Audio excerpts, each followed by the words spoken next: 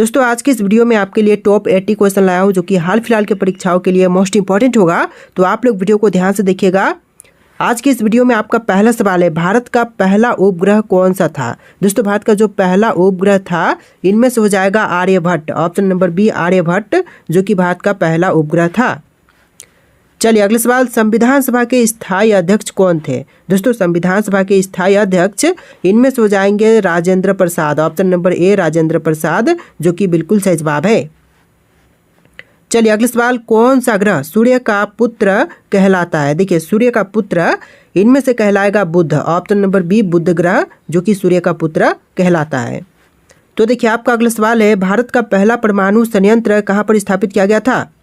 तो पहला परमाणु संयंत्र स्थापित हुआ था तारापुर में, ऑप्शन नंबर बी तारापुर, जो कि आपका बिल्कुल सही जवाब है। चलिए अगला सवाल, पंचवर्षीय योजनाओं की शुरुआत कब हुई थी। दोस्तों पंचवर्षीय योजनाओं की शुरुआत हुआ था 1951 में, ऑप्शन नंबर सी 1951, जो कि आपका सही जवाब है। चलिए अगला सवाल है, संयुक्त राष्ट्र संघ की स्थापना कब हुई थी। तो संयुक्त राष्ट्र संघ की स्थापना हुआ था 1945 में, आंसर जो है ऑप्शन नंबर बी रहेगा 1945। चलिए अगला सवाल, कौन सा विटामिन सूर्य के प्रकाश से प्राप्त होता है।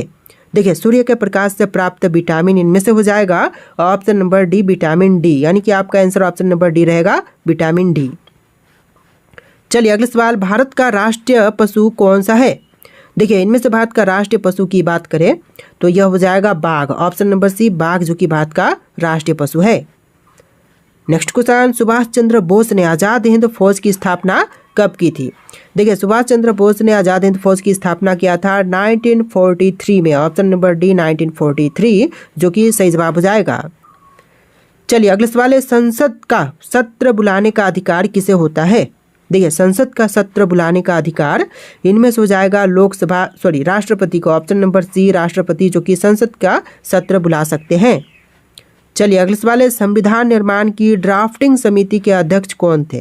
देखिए संविधान निर्माण की ड्राफ्टिंग समिति के अध्यक्ष इनमें से हो जाएंगे B R Ambedkar, option number C B R Ambedkar, जो कि आपका सही जवाब है।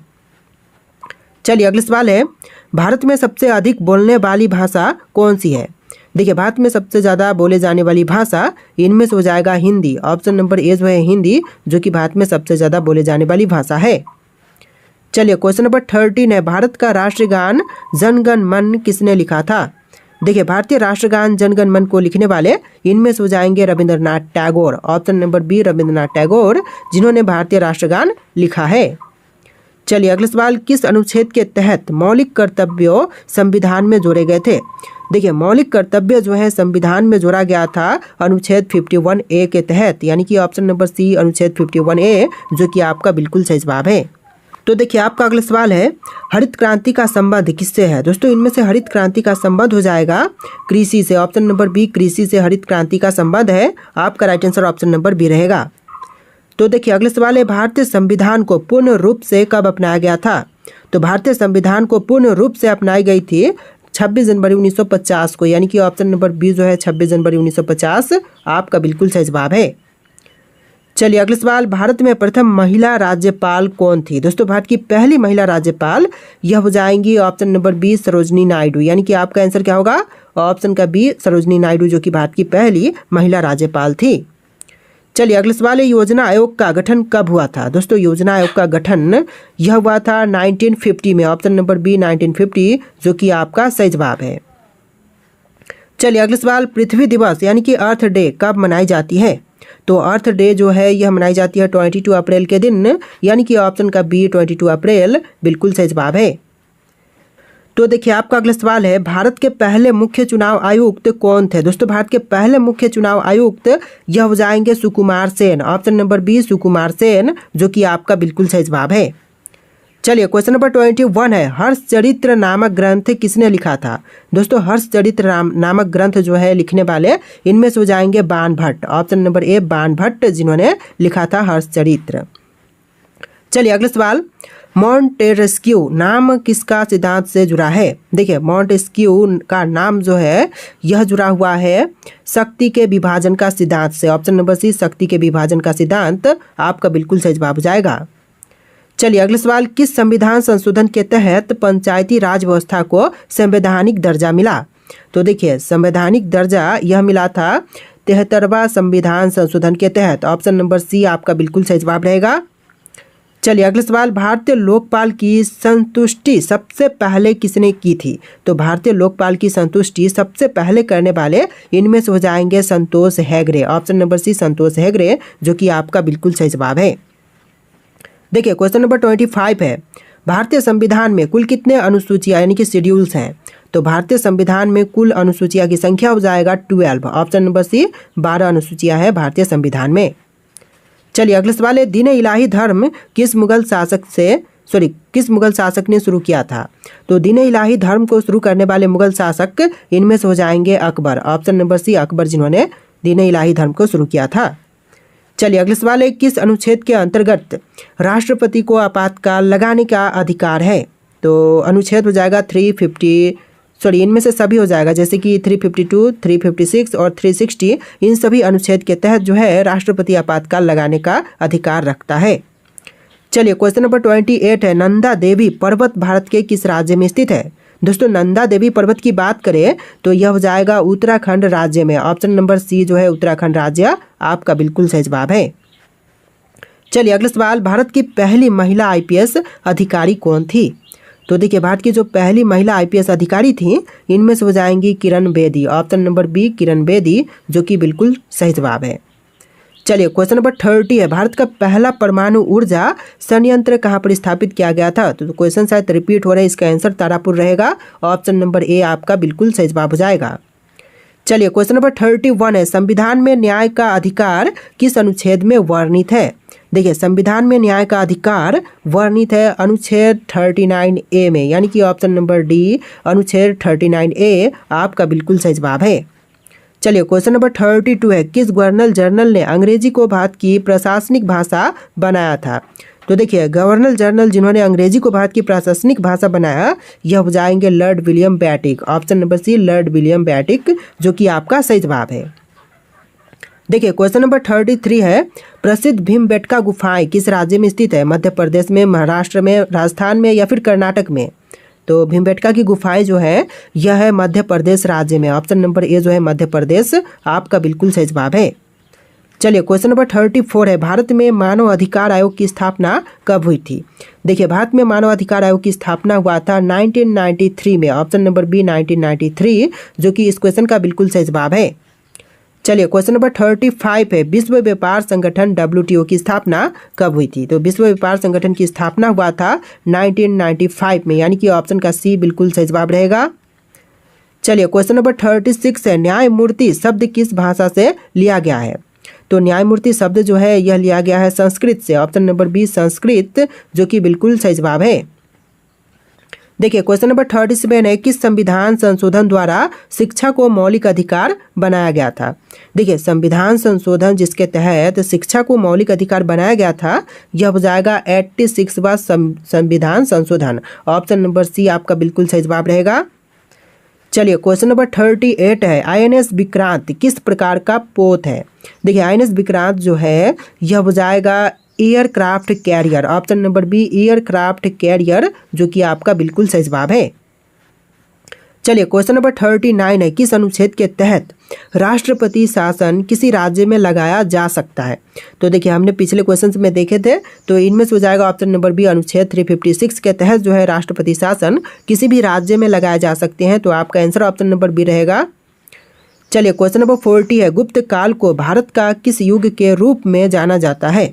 देखिए गुप्त काल को जो है भारत में जानते हैं स्वर्ण युग के नाम से। ऑप्शन नंबर ए जो है स्वर्ण युग आपका बिल्कुल सही जवाब हो जाएगा। चलिए क्वेश्चन नंबर 41 है, भारत का प्रथम उपग्रह आर्यभट्ट किस वर्ष प्रक्षेपित किया गया था? देखिए भारत का जो पहला उपग्रह था आर्यभट्ट, इसको प्रक्षेपित किया गया था 1975 में। ऑप्शन नंबर बी 1975, जो कि आपका सही जवाब है। चलिए अगला सवाल, किस संवैधानिक संशोधन द्वारा न्याय, स्वतंत्रता, समता और बंधुत्व को और सुदृढ़ किया गया था? तो यह किया गया था 42 संशोधन के तहत, यानी कि 42वां संविधान संशोधन के तहत न्याय, स्वतंत्रता, समता और बंधुत्व को सुदृढ़ किया गया था। तो आपका आंसर ऑप्शन नंबर ए रहेगा। चलिए अगला सवाल है, बुद्ध के जीवन से संबंधित धमेक स्तूप कहाँ स्थित है? देखिए बुद्ध के जीवन से संबंधित धमेक स्तूप यह हो जाएगा सारनाथ में, ऑप्शन नंबर बी सारनाथ, जो कि आपका बिल्कुल सही जवाब है। चलिए अगला सवाल, भारत में पहली बार किसने गुड गवर्नेंस शब्द का प्रयोग किया था? तो देखिए सबसे पहले गुड गवर्नेंस शब्द का प्रयोग करने वाले इनमें से हो जाएंगे option number D Atal Bihari Vajpayee. तो आपका right answer option number D रहेगा, अटल बिहारी वाजपेयी। तो देखिए आपका अगला सवाल है, मुद्रा राक्षस नाटक किसने लिखा था? दोस्तों मुद्रा राक्षस नाटक को लिखने वाले इनमें से हो जाएंगे Vishakha Datta, option number B Vishakha Datta, जो कि आपका बिल्कुल सही जवाब है। चलिए क्वेश्चन नंबर 46 है, किस राज्य की विधानसभा में सबसे कम सीटें हैं?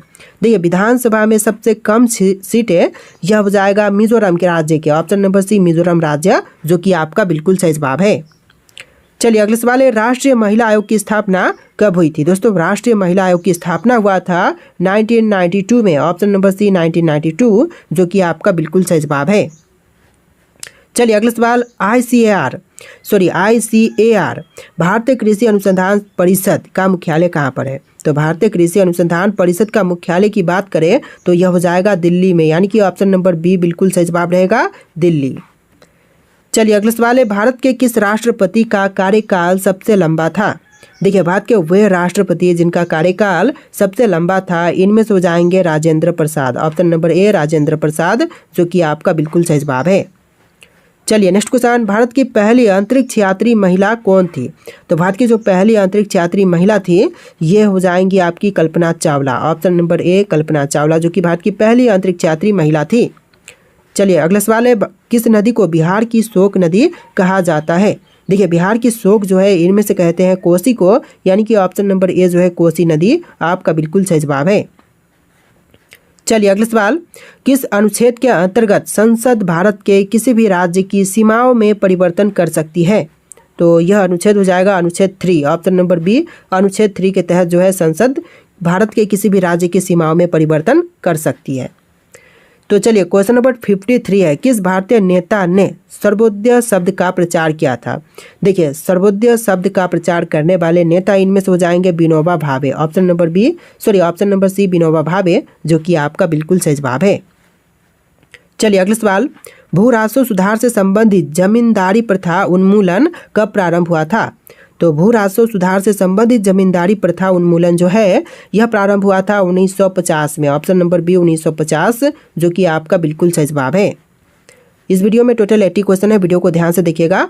तो देखिए अगला सवाल है, किस संविधान संशोधन ने 18 वर्ष की आयु पर मतदान का अधिकार दिया था? देखिए 18 वर्ष की आयु पर मतदान का अधिकार देने वाला यह संविधान संशोधन हो जाएगा 61वां संविधान संशोधन, ऑप्शन नंबर सी 61वां संशोधन, जो कि आपका बिल्कुल सही जवाब है। चलिए अगला सवाल है, प्लासी का युद्ध कब लड़ा गया था? देखिए प्लासी का युद्ध जो था यह हुआ था 1757 में, ऑप्शन नंबर ए 1757, जो कि आपका बिल्कुल सही जवाब है। चलिए अगला सवाल है, किस योजना को गांधीवादी योजना कहा जाता है? देखिए गांधीवादी योजना जो है इनमें से कहते हैं जेपी नारायण योजना को, यानी कि ऑप्शन नंबर डी जो है जेपी नारायण योजना, आपका बिल्कुल सही जवाब है। चलिए अगला सवाल, कौन सी संस्था भारत में राष्ट्रीय आय की गणना करती है?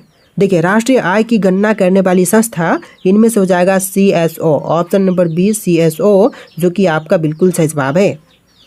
चलिए अगला सवाल है, भारत में राष्ट्रीय आपदा प्रबंधन प्राधिकरण NDMA शॉर्ट फॉर्म में बोलते हैं, अध्यक्ष कौन होते हैं? तो राष्ट्रीय आपदा प्रबंधन प्राधिकरण के जो अध्यक्ष हैं यह हो जाएंगे भारत के प्रधानमंत्री, ऑप्शन नंबर बी प्रधानमंत्री होते हैं, तो आपका बिल्कुल सही जवाब रहेगा ऑप्शन नंबर बी। चलिए अगला सवाल है, भारतीय संविधान में कुल कितने भाग यानी कि पार्ट्स हैं? तो भारतीय संविधान में भागों की संख्या हो जाएगा टोटल 27, ऑप्शन नंबर डी 27, जो कि आपका बिल्कुल सही जवाब है। चलिए क्वेश्चन नंबर 61 है, मानव विकास सूचकांक HDI की संस्था द्वारा तैयार किया जाता है, किस संस्था द्वारा तैयार किए जाते हैं मानव विकास सूचकांक? तो यह किए जाते हैं UNDP के तहत, ऑप्शन नंबर सी UNDP, जो कि आपका सही जवाब है। चलिए अगला सवाल है, भारत में सबसे पहले किस राज्य ने पंचायती राज व्यवस्था लागू की थी? तो सबसे पहले पंचायती राज व्यवस्था लागू करने वाले इनमें से हो जाएंगे राजस्थान राज्य, ऑप्शन नंबर बी राजस्थान राज्य, जो कि आपका बिल्कुल सही जवाब है। देखिए अगला सवाल है, आर्टिकल 370 किस राज्य से संबंधित था? देखिए आर्टिकल 370 इनमें से संबंधित था जम्मू कश्मीर से। Option number C Jammu Kashmir, जो कि आपका बिल्कुल सही जवाब है। देखिए क्वेश्चन नंबर 64 है, मंगल मिशन यानी कि मंगलयान किस वर्ष लॉन्च किया गया था? देखिए मंगलयान जो है यह लॉन्च हुआ था 2013 में। ऑप्शन नंबर सी 2013, जो कि आपका बिल्कुल सही जवाब है। चलिए क्वेश्चन नंबर 65 है, किस प्रधानमंत्री के काल में भारत ने पहली बार परमाणु परीक्षण किया? देखिए पहली बार परमाणु परीक्षण भारत ने किया था इंदिरा गांधी के समय। ऑप्शन नंबर ए जो है इंदिरा गांधी, आपका बिल्कुल सही जवाब हो जाएगा। चलिए अगला सवाल, किसने सप्तांग सिद्धांत का प्रतिपादन किया था?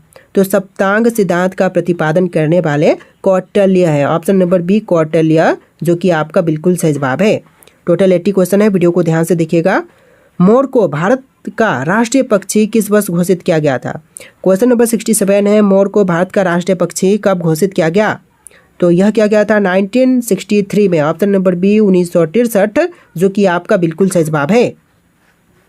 देखिए अगला सवाल है, भारत में सबसे पहला जनगणना कार्य किस वर्ष किया गया था? तो भारत में सबसे पहला जनगणना कार्य जो है हुआ था 1872 में। ऑप्शन नंबर बी 1872, जो कि आपका बिल्कुल सही जवाब है। देखिए अगला सवाल है, भारत में पहली बार लोकसभा चुनाव कब हुए थे? देखिए पहली बार लोकसभा चुनाव हुआ था 1951-52 में। ऑप्शन नंबर सी 1951 से लेकर 52, जो कि आपका बिल्कुल सही जवाब है। चलिए क्वेश्चन नंबर 70 किस अधिनियम ने पहली बार केंद्र और प्रांतों के बीच विषय का विभाजन किया? तो पहली बार केंद्र और प्रांतों के बीच में विषय का विभाजन करने वाले इनमें से हो जाएंगे 1935 का अधिनियम। ऑप्शन नंबर सी 1935 का अधिनियम, जो कि बिल्कुल सही जवाब है। देखिए क्वेश्चन नंबर 71 है, किस भारतीय वैज्ञानिक को मिसाइल मैन ऑफ इंडिया कहा जाता है? देखिए मिसाइल मैन ऑफ इंडिया इनमें से कहते हैं एपीजे अब्दुल कलाम को, यानी कि option number C APJ Abdul Kalam, जो कि आपका बिल्कुल सही जवाब है। चलिए क्वेश्चन नंबर 72 है, माउंट एवरेस्ट पर चढ़ने वाली पहली भारतीय महिला कौन थी? देखिए माउंट एवरेस्ट पर चढ़ने वाली जो पहली भारतीय महिला थी इनमें से हो जाएंगी Bachendri Pal. Option number B Bachendri Pal, जो कि आपका बिल्कुल सही जवाब है। चलिए नेक्स्ट क्वेश्चन, भारत में वित्त आयोग की नियुक्ति कितने वर्षों के अंतराल पर होती है? तो वित्त आयोग की नियुक्ति जो है यह होता है टोटल 5 वर्ष के अंतराल पर। ऑप्शन नंबर सी 5 वर्ष, जो कि आपका बिल्कुल सही जवाब है। चलिए अगला सवाल, किस योजना के अंतर्गत भारत में हरित क्रांति की शुरुआत हुई थी? देखिए भारत में हरित क्रांति की शुरुआत हुआ था तीसरी पंचवर्षीय योजना के अंतर्गत। ऑप्शन नंबर बी तीसरी पंचवर्षीय योजना, जो कि इस क्वेश्चन का बिल्कुल सही जवाब है। चलिए क्वेश्चन नंबर 75, किस वायसराय के समय बंगाल का विभाजन हुआ था? तो बंगाल का विभाजन हुआ था 1905 में, जो कि हुआ था लॉर्ड कर्जन के शासनकाल में। ऑप्शन नंबर ए जो है लॉर्ड कर्जन, आपका बिल्कुल सही जवाब है। चलिए अगला सवाल है, किसके द्वारा भारतीय संविधान का प्रारूप तैयार किया गया था? देखिए भारतीय संविधान का प्रारूप तैयार करने वाले हो जाएंगे doctor B R Ambedkar. Option number C doctor B R Ambedkar, आपका बिल्कुल सही जवाब है। चलिए अगला सवाल, भारत की पहली महिला राज्यपाल कौन थी? दोस्तों इनमें से भारत की पहली महिला राज्यपाल यह हो जाएंगी Sarojini Naidu. Option number A Sarojini Naidu, जो कि आपका बिल्कुल सही जवाब है। चलिए अगला सवाल है, विश्व पृथ्वी दिवस हर वर्ष किस दिन मनाई जाती है?